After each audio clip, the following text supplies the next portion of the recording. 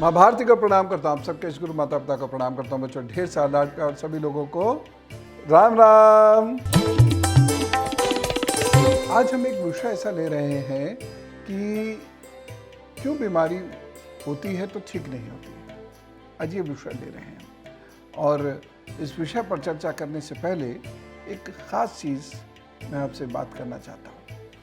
जो मैं आपसे बात कर रहा हूँ ज़रा इसे ध्यान से समझने की कोशिश कीजिएगा।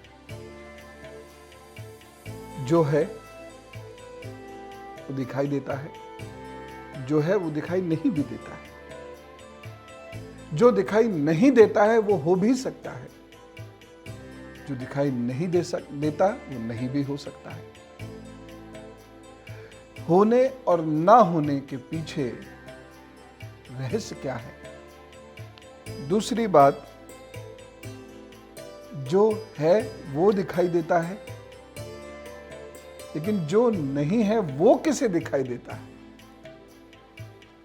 आप इस प्रश्न को ध्यान से सुनिएगा और इनके उत्तर कमेंट बॉक्स में लिखिएगा। मैं बातचीत शुरू करूं उससे पहले जन्मदिन की ढेर सारी बधाइयां, शुभकामनाएं। आपके जो आगे आने वाले 12 महीने हैं ये बहुत अच्छे हैं। इन 12 महीनों में आप बहुत कुछ अचीव कर सकते हैं। घूमना फिरना ये भी हो सकता है, परिवर्तन होता हुआ दिखाई दे रहा है। बस इन 12 महीनों में जो परेशानी आती दिखाई दे रही है वो है रिश्तों की ओर से। तो आपको थोड़ा अपने रिश्तों को संभल के रखना होगा, बाकी सब ठीक है। ज़रूर आप आगे बढ़ेंगे, प्रयास करते रहिएगा। अब आपने करना क्या है, रोज़ शाम को 1 वर्ष तक रोज़ शाम को किसी भी बहते हुए पानी में एक उड़द का दाना ज़रूर डाल दिया कीजिएगा। और दूसरी चीज़ ये है कि हर शनिवार कर दें तो बहुत ही अच्छी बात है, नहीं तो अमावस्या तो ज़रूर करते हैं। मेरे विचार से हर शनिवार और अमावस्या आपको कुछ रोगियों को सप्रेम भोजन अवश्य कराना चाहिए। ये उपाय करें और शक, वहम, डर इन सब से दूर रहें। पौष्टिक भोजन लीजिए जिससे कि इम्यूनिटी आपकी कमज़ोर ना हो, क्योंकि इन 12 महीनों में इम्यूनिटी कमज़ोर होती दिख रही है। बाकी मेहनत से अपना काम कीजिए, क्रोध से बचिएगा, नहीं तो रिश्ते खराब हो जाएंगे। All the best. फटाफट राशि का हाल सुनिए। मेष राशि, बहुत ध्यान से चलना होगा। इस दिन आपकी इम्यूनिटी कमजोर है, आपको रोग आदि ना पकड़े, इस बात का विशेष रूप से ध्यान रखिएगा। प्रतिष्ठा को बनाए रखने के लिए बहुत प्रयत्न इस दिन करना पड़ेगा। संभव हो सके तो अनाज का दान कर दीजिएगा। वृषभ राशि के लिए समय ठीक है, लेकिन कोई गलती आपके घर गृहस्थी में परेशानी पैदा ना करे, इसका ध्यान रखें। मिथुन राशि के लिए भी समय बहुत अनुकूल है, बस क्रोध से बचते हुए चलेंगे तो निश्चित रूप से तरक्की होगी। कर्क राशि के लिए अच्छा समय है, मेहनत से अपना कार्य करते रहिए, आगे बढ़ने के मौके मिलेंगे। वाहन का थोड़ा विशेष ध्यान रखना होगा। सिंह राशि की बात करते हैं। सिंह राशि के लिए यह दिन थोड़ा सा कमज़ोर नज़र आता है। अपने भाग्य पक्ष को मजबूत करने की कोशिश कीजिएगा। इस दिन घर के बड़े बुजुर्गों को दूध या दूध से बनी कोई चीज़ अपने हाथ से सप्रेम अवश्य दीजिएगा। कन्या राशि, ये समय आपके लिए धन की दृष्टि से थोड़ा सा कमज़ोर है। ओम श्री नमः का जप जरूर कर लें, बाकी सब ठीक रहेगा। तुला राशि के लिए ये समय थोड़ा सा कमज़ोर चल रहा है, क्योंकि इस दिन अपने स्वास्थ्य का अपने विशेष ध्यान रखना है। सर्दी, खांसी, नज़ला, जुकाम ये आपको ना पकड़े, इस बात का ध्यान रखिए। तुलसी अर्क ज़रूर ले लीजिएगा या तुलसी काढ़ा ज़रूर पी लीजिएगा। बाकी समय ठीक है, आर्थिक दृष्टि आदि से भी समय ठीक है। वृश्चिक राशि की बात करते हैं। ये समय आपके लिए बहुत अच्छा मैं नहीं कहूँगा, थोड़ा क्रोध पर नियंत्रण रखना पड़ेगा, अन्यथा कुछ गड़बड़ हो सकती है। व्यसनों से बचिएगा और सूर्य को जल जरूर दीजिएगा। धनु राशि, धन की दृष्टि से, गले की दृष्टि से, सांस की दृष्टि से ये समय थोड़ा सा कमज़ोर है, ध्यान रखते हुए चलिएगा। गुनगुने दूध में थोड़ी सी हल्दी डाल के ज़रूर ले लीजिएगा और इस दिन ओम नारायण नमो नमः का जप। मकर राशि के लिए आर्थिक दृष्टि से समय थोड़ा सा कमज़ोर है। आपके गलत बोलने की वजह से या घमंड की वजह से कोई नुकसान ना हो, इस बात का ज़रूर ध्यान रखिएगा। बाकी ओम नारायण नमो नमः का जप करने से चीज़ें ठीक होंगी। कुंभ राशि की बात करते हैं। क्रोध से बचने की कोशिश करें, वाहन बहुत ध्यान से चलाएं, दौड़ते भागते हुए थोड़ा सा ध्यान रखिएगा। ओम हंग हनुमते नमः का जप करने से चीज़ें ठीक होंगी। और मीन राशि की बात, आर्थिक दृष्टि से यह दिन आपके लिए अच्छा है, कुल मिला के समय ठीक रहेगा और आनंद भी होगा। थोड़ी सी परेशानी रिश्तों की तरफ से दिखाई दे रही है, माइनस ही है, कोई ज़्यादा नहीं है। हल्दी का तिलक लगा लीजिएगा और अपने इष्ट को याद कीजिए, तो सब ठीक करेंगे। और अब मैं 2 महत्वपूर्ण प्रश्न ले रहा हूँ, जो मैंने आपसे बात कही थी उसको समझाने के लिए।